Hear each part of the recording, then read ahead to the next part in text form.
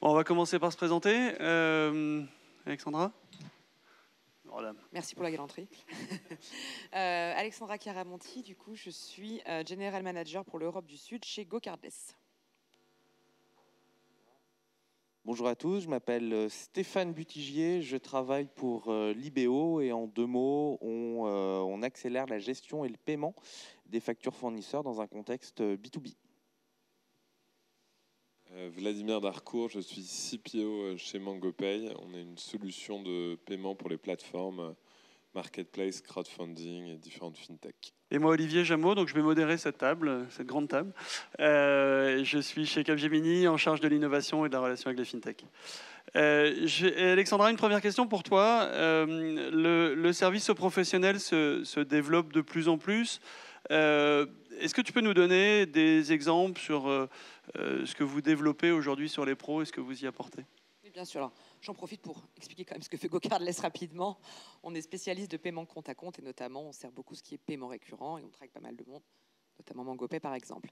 Donc en termes de solutions de paiement pour les professionnels, historiquement on avait les paiements classiques, à savoir chèques, virements et autres qui sont aujourd'hui encore utilisés mais de moins en moins. Et donc les solutions innovantes permettent de profiter des innovations bancaires en général et donc de s'affranchir, comme notre nom l'indique par exemple, de la carte, mais aussi d'apporter un peu plus de souplesse, de flexibilité, de transparence dans les paiements pour les pros. Et notamment, cette fonctionnalité de paiement compte à compte permet de faire un système de pool et non plus uniquement de push, où on est capable de fournir un service qui permet aux marchands, aux commerçants d'aller directement chercher le paiement auprès de leurs clients, plutôt qu'attendre que ceux-ci fassent le virement ou émettent un chèque, par exemple. Vladimir, tu peux compléter un petit peu ou pas par rapport à MangoPay? Alors, nous, on aide les acteurs B2B à digitaliser aussi leur process d'achat en offrant des offres aux plateformes B2B. Il faut savoir aujourd'hui qu'il y a une croissance de entre 20 et 30% annuel du marché du e-commerce B2B et de la plateforme B2B en général, avec un marché estimé dans le monde à plus de 1,3 trillion de dollars, donc c'est absolument colossal. Effectivement, il y a des grosses spécificités au B2B. La première, c'est qu'il y a un processus d'achat qui en général est bien plus complexe que dans le B2C, avec toute une partie de négociation sur des devis, avec un accord d'achat qui est découplé aussi du paiement. Et avec des habitudes de paiement différées qui sont encore très très fortes. Donc tout l'enjeu pour nous, c'est d'accompagner finalement dans cette digitalisation, de ne pas non plus casser tous les process qui existent, mais d'offrir des solutions plus optimales pour ces acteurs du B2B. Donc il y a effectivement l'idée de passer d'offrir des services d'affacturage, par exemple, des services d'assurance, des services de buy now, pay later, qui devient un vrai sujet qui existe en fait dans le monde non digital et qu'il faut digitaliser. Et donc c'est un des gros enjeux, c'est d'offrir finalement les bons moyens de paiement pour que ces acteurs puissent se digitaliser facilement sans passer systématiquement par des process très B2C sur lesquels ils ont assez peu d'habitude. Merci beaucoup. Stéphane, aujourd'hui, la gestion de trésorerie, les capacités d'encaissement, tous ces sujets-là sont des vrais sujets extrêmement importants pour le suivi commercial d'un professionnel. Tu peux nous expliquer ce que fait Libéo et ce que vous apportez sur ces points ? Alors oui, bien sûr. Comme ça a été rappelé tout à l'heure, le B2B est assez différent du B2C. Alors, Lydia est à l'honneur aujourd'hui. On voit bien l'expérience qui est très simple, qui est très fluide, et on est très content d'avoir cela. C'est beaucoup plus complexe en B2B, puisque naturellement, pour pouvoir procéder à des opérations, on a besoin d'une pièce comptable qui s'appelle la facture. Et le traitement de la facture signifie qu'on doit avoir de la validation inter-entreprise. Celui qui reçoit la facture, c'est pas forcément celui qui doit la valider. Et puis, ce processus de validation se joue aussi au niveau du paiement. Voilà. Et donc, toutes ces opérations, en général, prennent du temps. Vous avez l'image du classeur de factures où on imprime, on met dans le classeur, on le met lui-même dans l'armoire, on le ressort pour tamponner paiement validé, facture validée. Enfin bref, vous imaginez que tout ça prend du temps. Et donc, c'est ce que, modestement, on digitalise chez Libéo. Et pour répondre plus précisément à ta question, naturellement, quand on a les factures d'achat et les factures de vente, on permet aux entreprises d'avoir une vision un peu plus claire sur leurs engagements de trésorerie en particulier. Et ça vient en complément de ce que peuvent faire les experts comptables, puisque on a tendance à dire qu'ils apportent du conseil, ils apportent du soutien, mais ils s'appuient sur des données passées. Donc, ils regardent un peu dans le rétroviseur pour pouvoir expliquer la situation. Et évidemment, en donnant accès aux experts comptables et aux entrepreneurs, grâce aux factures, grâce aux relevés bancaires, à une vision un peu précise de leur trésorerie, on leur permet d'anticiper, de proposer des offres de conseil complémentaires. Voilà. Top. Donc, on a vu le paiement un peu. On va y revenir un peu, mais on a vu la facture. Entre les deux, il y a la réconciliation. Enfin, entre les deux. Avec tout, il y a la réconciliation. C'est un moment important, enfin lourd pour les entreprises. Comment, globalement, vous trois répondez à cette offre, enfin cette problématique qu'est la réconciliation bancaire? Je me permets de poursuivre. Tu l'as dit, en fait, c'est un sujet très important. C'est-à-dire que B2B, encore une fois, les entreprises ont des obligations réglementaires et donc elles doivent réconcilier, ou plutôt leurs comptables doivent les aider à réconcilier un paiement ou un encaissement d'un côté avec une pièce comptable de l'autre. Et donc ces opérations, dans le monde d'avant qui ressemble encore un peu au monde d'aujourd'hui, voilà, on a validé, payé, on a le stylo boss jaune fluo et naturellement le fait d'avoir des outils qui procèdent au paiement, ça permet d'avoir au même endroit une réconciliation assez immédiate de l'engagement avec le paiement et naturellement ça fait gagner beaucoup de temps, ça évite des erreurs et ça contribue aussi à digitaliser et à rendre opérationnellement excellent l'entrepreneur, la DAF, des PM. Effectivement, la réconciliation, c'est un vrai sujet. Il y a plusieurs sujets derrière la réconciliation. Il y a une facilité de réconciliation et nous, ce qu'on s'attelle en tout cas à faire, c'est d'essayer de faire gagner du temps parce que ce n'est pas forcément la tâche la plus plaisante, on va dire, au quotidien pour les équipes qui s'en chargent et pourtant c'est très chronophage. Donc il y a premièrement ce sujet-là et donc avoir des outils parfaitement intégrés.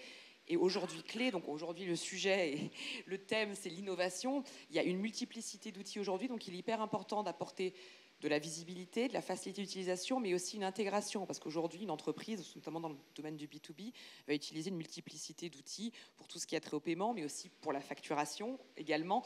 Donc il est très important, et c'est pour ça aussi que nous, GoCardless, on s'appuie sur pas mal de partenaires pour pouvoir être intégrés nativement dans beaucoup d'outils de facturation qui permettent une réconciliation quasiment automatique. Et derrière réconciliation, donc effectivement s'assurer qu'on correspond bien à un paiement à une facture, mais aussi la transparence. C'est-à-dire que la transparence sur ces paiements, comment ont-ils été collectés? Ont-ils été collectés intégralement? À quelle date? Pour quelles raisons ont-ils échoué, si jamais ils l'ont été? Et c'est ça aussi qu'on essaie d'apporter dans la réconciliation, entre autres. C'est aussi de la transparence sur les paiements, de manière à pouvoir faciliter cette réconciliation et aussi derrière la collecte et la gestion de la trésorerie. Donc c'est derrière tout ça, je dirais que la réconciliation est un petit peu l'arbre qui cache la forêt. Côté marketplace, forcément, la réconciliation, c'est nécessaire? C'est bien sûr nécessaire. Peut-être je vais rebondir aussi sur le thème de cette table ronde, mais effectivement, dans le B2B, il y a une récurrence, des achats qui fait partie finalement des problématiques qu'on est obligé de traiter. Pourquoi? Parce que souvent il y a une relation entre le client et son fournisseur, qui est assez établie. Il y a de plus en plus de process de e-procurement, donc tout ce qui est achat des entreprises passe de plus en plus en ligne avec des réassorts des stocks par exemple qui peuvent être complètement automatisés. Et effectivement, quand on a une relation qui s'établit sur la durée, il y a un process de réconciliation qui a aussi ses propres problématiques, à savoir que Par exemple, le client peut être amené à payer 2 factures en même temps ou une facture et demie. Et donc, tout ce qui est gestion de l'encours client devient un vrai sujet de savoir en fait qu'est-ce qui a été payé, pourquoi, et de savoir exactement quelle somme il reste à payer au client. Donc nous, chez MangoPay, on a développé une brique qui nous permet d'émettre un IBAN, un IBAN virtuel pour chaque relation entre le client et son fournisseur. Ça permet de savoir exactement en permanence quel a été le solde, quel est le solde du client, quel est l'encours exact, et du coup de le réconcilier avec les outils de facturation, puisque nous aussi on a un certain nombre de partenaires qui nous permettent de proposer des solutions de facturation. Et donc ça, c'est une des solutions effectivement qui plaît beaucoup dans le B2B et qu'on pousse beaucoup parce qu'on y croit fortement, c'est d'ailleurs d'avoir cette visibilité sur l'encours client. Super. On est sur une table ronde du paiement récurrent et du paiement dans sa globalité. On ne peut pas éviter les 2 sujets à la mode aujourd'hui, qui sont l'initiation de paiement et le buy now pay later. Alexandra, est-ce que tu peux nous donner ta définition de ce que c'est que l'initiation de paiement, de comment tu vois cet instant payment et la manière dont ça se gère? Alors, l'initiation de paiement, déjà, c'est quelque chose qui est rendu possible par la PSD2 qui est sortie donc en 2018. Et ce que ça permet de faire, il y a 2 volets, je vais essayer d'aborder les 2, côté marchand et côté particulier. Donc, ça permet tout simplement de faciliter une transaction, de s'affranchir d'une carte, par exemple, et d'aller directement solliciter un paiement sur un compte. Donc, d'un point de vue parcours utilisateur, on va dire, demain, je vais sur un site marchand, quel qu'il soit, au moment de régler mes achats, quels qu'ils soient, on me propose plusieurs solutions. Et plutôt que rentrer la carte bleue, par exemple, je vais choisir ce paiement instantané. Qu'est-ce que ça va faire? Ça va ensuite me rediriger sur la banque que j'aurais choisie, qui est la mienne, et je vais pouvoir valider ce paiement, alors avec les technologies qu'on a, soit en Face ID quand on a un iPhone, soit en PIN, etc. Qu'est-ce que ça permet? Ça permet déjà l'instantanéité du paiement. Donc, d'un point de vue marchand, c'est une grande sécurité, car on s'assure que la personne est solvable. Donc, ça quand même permet de s'assurer qu'on va être réglé. Ça permet d'optimiser la trésorerie, évidemment. Et surtout, le paiement est irrévocable. Donc, c'est un énorme confort d'un point de vue marchand. Ça évite aussi, comme il y a très peu d'intermédiaires et qu'on facilite la chaîne de bout en bout, ça évite les éventuels problèmes techniques qu'on peut avoir, de connexion, etc., qui existent de toute façon. Côté particulier, on va me dire, on a moins de flexibilité. Oui et non. Justement, parce qu'en fait, ça évite potentiellement des piratages de cartes. Même si ce n'est pas tous les jours, ça arrive, force est de le constater. Et puis aussi, qu'est-ce que ça donne d'autre comme confort? Ça permet aussi de s'affranchir des plafonds, parfois, de carte bleue qu'on peut avoir. Donc, quand on a des paiements assez conséquents, ça donne un certain confort. Et aussi, puisqu'on valide, ça donne une sécurité supplémentaire. Qu'on utilise le Face ID ou le PIN, il y a quand même une certaine sécurité, un certain confort à ce niveau-là. Donc, évidemment, c'est quelque chose d'innovant. C'est permis depuis longtemps, mais ça donne un confort pour les utilisateurs comme pour les marchands, qui permet une instantanéité, qui est vraiment innovant et qui permet pour tout le monde finalement de mieux s'y retrouver en termes aussi de trésorerie et de vélocité, je dirais, de la démarche commerciale, qui donne un certain confort, une certaine modernité, mais qui apporte beaucoup de valeur ajoutée pour finalement très très peu, voire aucun d'inconvénients. Donc c'est vraiment révolutionnaire à ce niveau-là. Et est-ce que vous voyez globalement une adoption aujourd'hui de ces moyens de paiement? Parce que ça reste, c'est un nouveau moyen de paiement, donc comme tout nouveau moyen de paiement, il faut le... Alors moi j'adhère avec tout ce qui vient d'être dit naturellement, hein. Enfin c'est fantastique quand ça marche. En fait le problème c'est qu'aujourd'hui ça marche pas très bien, surtout en France. Il y a d'autres marchés qui sont beaucoup plus mûrs que la France sur ce sujet-là aussi. Je pense au Royaume-Uni. Et évidemment, enfin, c'est un peu le cas d'usage rêvé, hein. Il n'y a plus de friction, les informations sont pré-remplies, tout va bien dans le meilleur des mondes, sauf que, comme vous le savez, la stabilité des API n'est pas encore là. Certaines banques, enfin en tout cas une proportion non significative, ne jouent pas vraiment le jeu.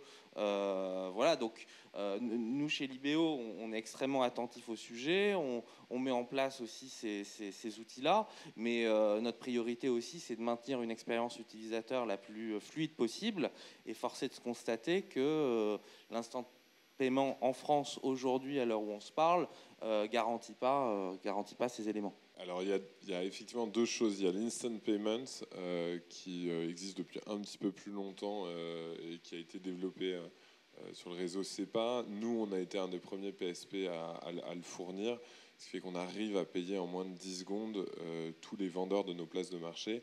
Et ça marche extrêmement bien. Ça permet de réduire le nombre de cas support et de demandes qu'on peut avoir de savoir où sont les paiements, parce qu'un paiement qui prend 48, 72 heures, ça peut poser des problèmes de BFR au vendeur quand il attend trop son paiement. En plus de ça, forcément, ça génère beaucoup de friction, de demandes, etc. Donc nous, ça marche très bien. Ça nous permet aussi de créer une nouvelle ligne de revenus pour nous, parce que c'est un service supplémentaire qu'on offre.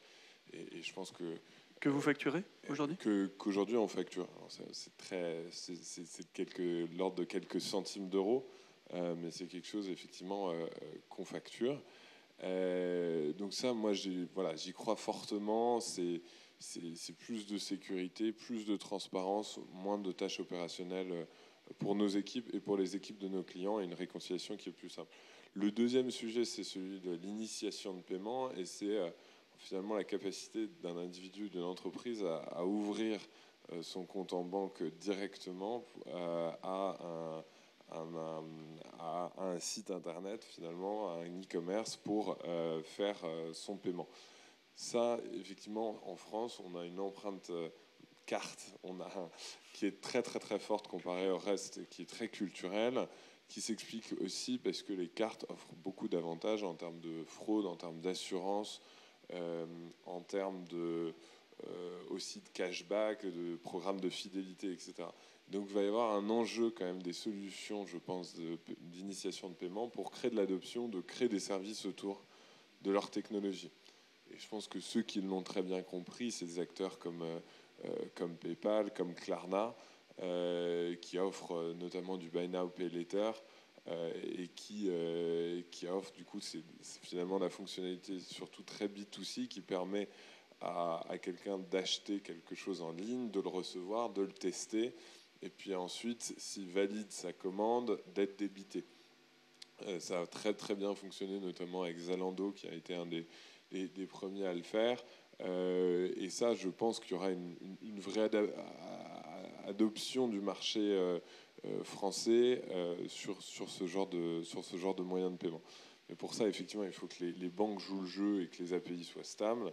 Il faut qu'il y ait des acteurs qui ne proposent pas simplement le fait d'être le pont, mais qui proposent un certain nombre de services autour de ce processus de paiement. Et vous voyez une adoption aujourd'hui, il y a une augmentation récurrente du nombre d'utilisateurs, ou est-ce qu'on arrive à des plafonds déjà sur ce genre de moyens de paiement? J'ai pas l'impression que l'initiation de paiement décolle réellement. Non, il décolle pas vraiment en France, il décolle beaucoup plus sur nos marchés nordiques. Il faut voir aussi qu'en fait, la vérité derrière, c'est que des acteurs comme PayPal ou Klarna, finalement, proposaient déjà du paiement wallet. Ils sont juste en train de changer la brique technologique derrière pour se plugger directement aux banques, là où ils avaient des processus de remise qui étaient un petit peu différents avant. Donc il y a aussi ça qu'on voit pas, c'est que c'est aussi une techno qui peut être utilisée un petit peu entre guillemets en back-office de solutions de paiement existants. Moi, j'ai pas des chiffres là à jour de ce qui est utilisé en France, mais sur notre second marché qui est l'Allemagne, on est sur de l'ordre de croissance sur des croissances à 2 chiffres. Donc oui, il y a une vraie adoption. Et c'est en remplacement des iDeal ou des choses comme ça, ou parce que on était à peu près dans le même esprit. En fait, iDeal aussi derrière, en fait, changent leur infrastructure pour au lieu d'avoir des vieux processus de remise qu'ils avaient mis en place avec les banques aux Pays-Bas, sont en train de passer directement par un modèle d'open banking. Donc il y a aussi cette vérité, c'est que l'adoption, elle se fait aussi avec des acteurs qui existaient déjà et qui vont derrière. C'est la techno qui change les choses, quoi. Exactement. Alors nous c'est déjà, ça existe, et donc effectivement, je rejoins mes camarades. La maturité du marché n'est pas la même de partout en Europe, dans le monde d'ailleurs. Effectivement, nous, ça a été lancé au début d'abord au UK, et donc là, on a vraiment une croissance sur ce type de paiement. Nous sommes en train de le lancer sur l'Europe continentale, en Allemagne, en France. Moi, j'y crois beaucoup. Alors après, est-ce que c'est la même croissance qu'on espère, ou est-ce que c'est complètement révolutionnaire en termes de solutions? Oui. En termes de prise de marché, moins. Effectivement, toutes les banques ne jouent pas le jeu. Donc il y a quand même un enjeu, au-delà des technologies, au-delà des API, où je pense que ça se résout tout simplement avec le progrès technologique, avec l'utilisation. Je suis assez confiante sur le fait que tous les acteurs, tous ici présents d'ailleurs, pourront le résoudre sans problème. Après, la négociation auprès des banques, je pense que tout simplement, je suis assez peut-être optimiste, mais en tout cas, il y aura un effet de marché, un effet de seuil, et finalement, plus les gens voudront l'utiliser, plus les banques joueront le jeu, et on peut avoir un effet positif. C'est-à-dire qu'au début, c'est pareil. Je trouve que la France a été un peu plus longue à accepter le paiement en Apple Touch, etc. Ça a été vachement plus lent que beaucoup d'autres marchés, et aujourd'hui, c'est devenu très répandu. Donc, je suis assez confiante sur le fait que tout ce qui est innovation, j'ai l'impression qu'on est toujours un petit peu réticent au début et qu'on se méfie, mais qu'il y aura forcément un effet de masse et un effet de seuil qui font que ça peut se débloquer très vite, surtout si tout le monde y trouve un certain gain. Après, il faut que tout le monde joue le jeu. On espère que ça se fera naturellement. Il y a un effet un peu différenciant sur les prix, c'est-à-dire que ça permet. Aujourd'hui, il y a plein de banques qui le font. Enfin, les néobanques, en règle générale, le font gratuitement. Les banques plus traditionnelles le font paiement en payant entre 50 centimes et 1 euro, en fait, dans ces eaux-là. Donc, forcément, l'utilisateur va y trouver son choix. Le Buy Now Pay Later, donc deuxième sujet clé du paiement. Qu'est-ce que vous en pensez de ce sujet aujourd'hui? Est-ce que c'est une mode? Est-ce que c'est quelque chose qui apparaît, enfin, ça existe depuis des années. Ça s'appelait du crédit avant, hein, mais qu'est-ce que vous voyez dans ce nouveau moyen de paiement dont tout le monde veut parler aujourd'hui? J'ai pas un gros avis sur la question, si ce n'est que la promesse est très belle. On voit qu'on a parlé de Klarna, par exemple, etc. Klarna et les autres du même acabit en profitent largement et offrent une très belle solution qui a été très bien marketée avec une croissance exponentielle. Et c'est tout le malheur que je leur souhaite de continuer sur cette lancée-là. Après, la promesse est belle. À quel point c'est viable pour toutes les personnes qui l'utilisent? À quel point, justement, tout ce qu'on parle depuis le début de BFR et autres, je suis un peu plus sceptique sur ça, mais c'est un système macro. Est-ce qu'on verra aujourd'hui les conséquences potentielles, positives ou négatives, mais potentiellement les travers qu'on peut présupposer de ce genre de système qui permet d'être à crédit à outrance et qui crée du coup cette culture aussi du crédit, finalement d'achat jamais finalisé avant plusieurs mois? Est-ce qu'on en verra les conséquences à court terme? J'en doute, mais à moyen terme, je suis un peu dubitative. Bon, après, ça n'engage que moi. Alors nous, on est plutôt concentré sur le B2B que sur le B2B2C, hein, mais globalement, effectivement, il y a un marché. Si on regarde ce qui se passe avec nos camarades américains, eux ont quand même une culture de la carte de crédit au sens un peu buy now, pay later, hein. C'est-à-dire que quand on fait nos courses, voilà, on achète les courses, on n'a peut-être pas le pognon pour les payer, mais en tout cas, on peut partir avec. Donc c'est eux, ils sont rentrés dans ce marché-là via la carte bancaire. Nous, il y a d'autres startups qui permettent à peu près de faire la même chose, mais avec finalement un autre support. Moi, je suis assez d'accord sur le fait qu'il faille être vigilant et regarder attentivement les chiffres de pas si ça s'appelle comme ça, mais la commission de surendettement. Voilà, on espère qu'on ne va pas dans le mur. Et encore une fois, s'il y a des banquiers dans la salle, la petite phrase, c'est un crédit vous engage et doit être remboursé. Je crois que c'est celle-là. Ouais. Donc soyons vigilants. Oui, soyons vigilants. C'est assez compliqué d'être contre ce que tu viens de dire, Stéphane. Je pense effectivement, tu as tout à fait raison. Là où il y avait une culture, mais même en France, de la carte de crédit qui est très présente, le fait de passer sur des modèles post-carte avec de l'initiation de paiement fait que les gens vont essayer d'aller chercher des services qui sont ceux qu'ils ont connus sur la carte, notamment le crédit. Et donc le Buy Now Pay Later, finalement, c'est un mot très branché pour dire tout simplement qu'on peut continuer à faire du paiement à crédit comme on le fait pour la plupart avec nos cartes, que ce soit les plus connus American Express, mais même avec Visa et Mastercard. Donc voilà, je pense que les gens vont aller chercher des services sur l'initiation de paiement qui sont similaires à la carte. Effectivement, le fait qu'il y ait beaucoup d'acteurs qui se lancent à un niveau européen en plus où il y a des cultures de crédit qui sont très différentes et donc des modèles de crédit. C'est un petit peu là la difficulté sur un petit peu la scalabilité en Europe, mais la culture du crédit en Allemagne, du Buy Now Pay Later, elle existe depuis très longtemps, ça s'appelle Kaufaufrechnung. On paye quand on reçoit son bien et sa facture. C'est très présent et il y a un taux de fraude qui est très très très faible. Malheureusement, je n'ai pas le même degré de confiance pour la France. Ni pour les pays du Sud. Ni pour les pays du Sud, mais c'est toujours un petit peu le même jeu. Dans le B2B, je pense que le Buy Now Pay Later, finalement, il existe depuis très très longtemps. C'est le paiement à 60-90 jours. Et c'est simplement le fait de l'optimiser, de trouver des nouveaux moyens de paiement et de recouvrement pour ces paiements qui existent déjà et qui posent beaucoup de problèmes en soi, puisque il y a je crois que rien que 30% des factures qui ne sont pas payées à l'heure ou quelque chose comme ça. Donc il y aura toujours un sujet de buy now, pay later et d'optimisation. Je ne sais pas si tu veux rebondir, Stéphane, sur cette partie-là. Oui, en fait, on a réinventé l'escompte en le rendant un peu sexy, quoi. C'est vrai que c'est la vie des entreprises, en tout cas de la plupart des entreprises, avec des paiements à 30, 45, 60 jours. Et ça pose aussi la question des retards de paiement. Alors, ce qui est intéressant, c'est que sur les entreprises, c'est à peu près toléré, pour le meilleur comme pour le pire. Alors, encore une fois, on se bat pour que les délais de paiement puissent être respectés, on a raison. Mais finalement, il y a relativement peu, à ma connaissance, d'entreprises qui va porter plainte, finalement, contre son contre son client parce qu'il serait en retard sur le paiement et réclamer, je ne sais plus le taux, 8% ou 10% sur la facture. Je ne sais pas comment ça va se passer sur les particuliers. C'est-à-dire, est-ce que on va lâcher les chiens? Est-ce que le recouvrement va être facile? Je ne pense pas qu'il y ait la même tolérance que dans un monde B2B, puisqu'il n'y a pas cette idée de relation commerciale à préserver à tout prix. Sinon, c'est des points qui restent en suspens. Super. Le temps passe très vite.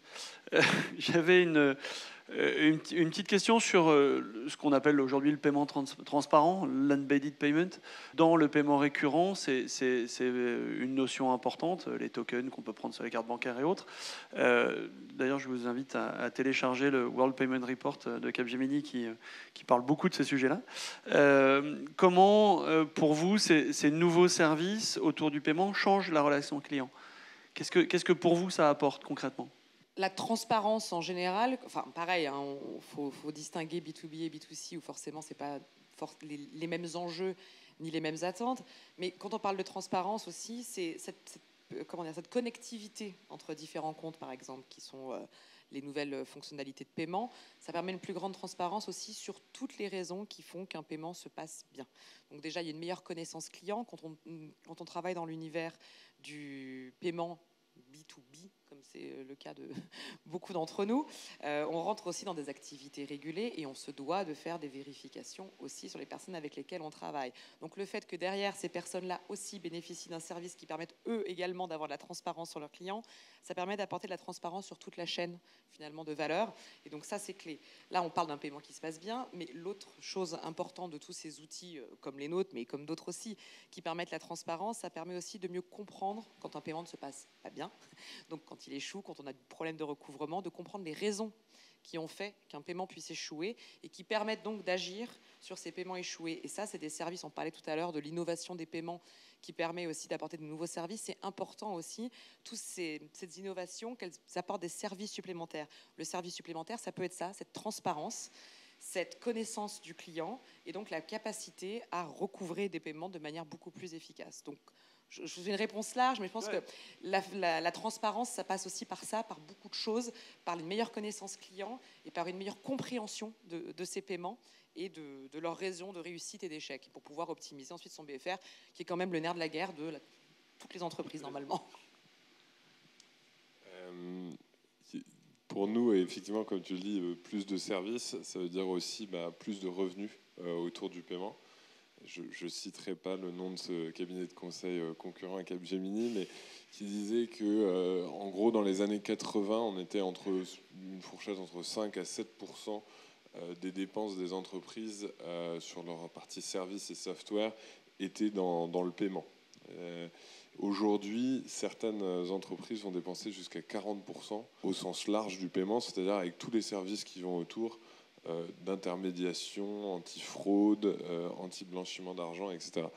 Donc effectivement, pour le marché du paiement, c'est une bonne nouvelle. C'est ce qu'on appelle ces VAS, Value Added Services, qui rajoute à la fois une forte expérience utilisateur pour l'acheteur, dans le cas de MangoPay pour la plateforme et le vendeur aussi, et qui nous permet effectivement de dégager des nouvelles lignes de revenus sur pas mal de sujets différents, que ce soit effectivement sur la partie fraude, validation des vendeurs et des acheteurs sur les politiques AML, que ce soit sur la partie plus data, visualisation data, réconciliation, facturation, etc. Et donc, voilà, comment imbriquer le paiement dans des processus complexes où il y a une multiplicité des acteurs. Ça, c'est aussi une spécificité du B2B. Hein. Sur le B2C, généralement, il y a 2 acteurs dans la transaction, plus les intermédiaires bancaires, mais deux acteurs. Dans le B2B, on peut avoir des processus d'achat bien plus compliqués, avec différents acteurs, des transporteurs, de l'assurance, etc. Et on a... dans un souci de transparence, il faut créer effectivement des services qui se connectent à tous ces acteurs pour donner de la transparence. Alors, moi, je répondrai à la question en disant service égale expérience client améliorée implique stickiness, comme on dit en bon français, c'est-à-dire appétence du client pour utiliser ces services. Et donc implique nouveaux revenus. Donc si on détaille chaque brique, expérience utilisateur améliorée, qu'est-ce que ça veut dire? Ça veut dire concrètement qu'au lieu d'utiliser un outil pour faire une tâche, puis un deuxième, puis un troisième, puis un 15e, évidemment, il y a beaucoup de valeur à retrouver les différents services au sein d'une même plateforme, sans être obligé de cliquer en haut à droite à chaque fois pour s'enregistrer sur la nouvelle plateforme magique. Donc évidemment, la concentration ou l'agglomération des services en un one-stop shop, évidemment, ça apporte beaucoup de valeur. Et effectivement, dès lors qu'on arrive à être un peu le point névralgique qui concentre le maximum de services, naturellement, le client a tendance à utiliser cette plateforme, notre outil, plutôt qu'un autre. Et donc, ça crée à la fois, j'allais dire, une long-term value supérieure, et puis à la fois, ça génère de nouveaux revenus. Moi, je vous donne un exemple très concret avec Libéo. On a, alors c'est pas un grand frère, c'est un modèle. En gros, c'est quelqu'un qui s'est lancé aux États-Unis bien avant nous. Ça s'appelle Bills.com. Et donc, Bills.com a commencé comme nous à vendre ses services de gestion et de paiement des factures fournisseurs par abonnement, ce qu'on fait aujourd'hui chez Libéo. Et donc, peut-être 3, 4, 5 ans après leur lancement, les abonnements représentaient 100% de leurs revenus. 5 ans après, donc soit 10 ans après leur lancement, on est 50% service, 50% abonnement. 50% service. Et dans les services, on a du taux de change, on a du reverse factoring, enfin on a tous les services additionnels. Et ça, évidemment, qui dit service additionnel, dit comme une communauté de partenaires pour pouvoir les faire, puisqu'évidemment, soit on se défocus totalement et on veut tout faire tout seul, ce qui en général n'est pas un gage de qualité, soit on essaye de le faire avec des acteurs qui soient les plus performants sur le sujet en question. Merci. Il nous reste quelques minutes, 1 minute pour des questions de la salle. Est-ce que dans la salle, nous avons des questions? Ouais.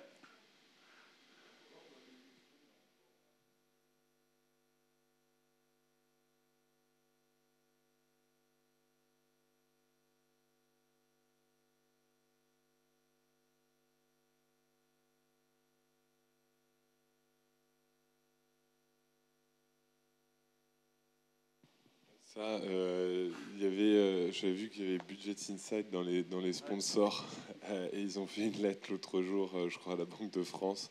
Je pense qu'il n'y a pas... le modèle français est très basé sur la carte. Là où il y a eu des innovations vraiment des banques françaises, c'est avec CB. Donc ça, ils savent faire. Mais sur la partie API, mon entreprise appartient à une banque, donc je peux en parler, mais sur la partie API, c'est quand même un nouveau métier aussi. Ça, je pense que c'est important. Il y a des banques qui sont réticentes, il y a des banques juste qui n'ont pas les compétences, parce que créer une API, il y a un vrai besoin d'hommes, il y a un vrai besoin il y a un vrai besoin de connaissance de comment je vends une API, c'est quoi le support que je vais donner, c'est quoi la transparence que je vais donner, comment ça fonctionne 24 heures sur 24. Donc ça, c'est un vrai métier très opérationnel qui est encore très inconnu des banques. Ça, c'est la première chose. Et je pense que les banques françaises n'ont pas réussi à comprendre ce qu'elles pouvaient en tirer. Et quel service additionnel elles aussi allaient pouvoir offrir. Parce que le problème, c'est que l'initiation du paiement, le PISP ou l'Account Information Services, qui sont les deux grandes fonctionnalités de l'open banking, doivent être, la règle dit qu'elle doit être offerte aux utilisateurs gratuitement. Donc effectivement, la banque se dit, bah voilà, je vais perdre la carte, mais qu'est-ce que j'ai en retour? Pas grand-chose. Et donc il faut que les banques françaises arrivent à se réinventer, à réinventer leur business model sur ces briques-là pour générer aussi du revenu, quoi. Merci beaucoup, merci à vous trois et à très bientôt. Merci. Merci.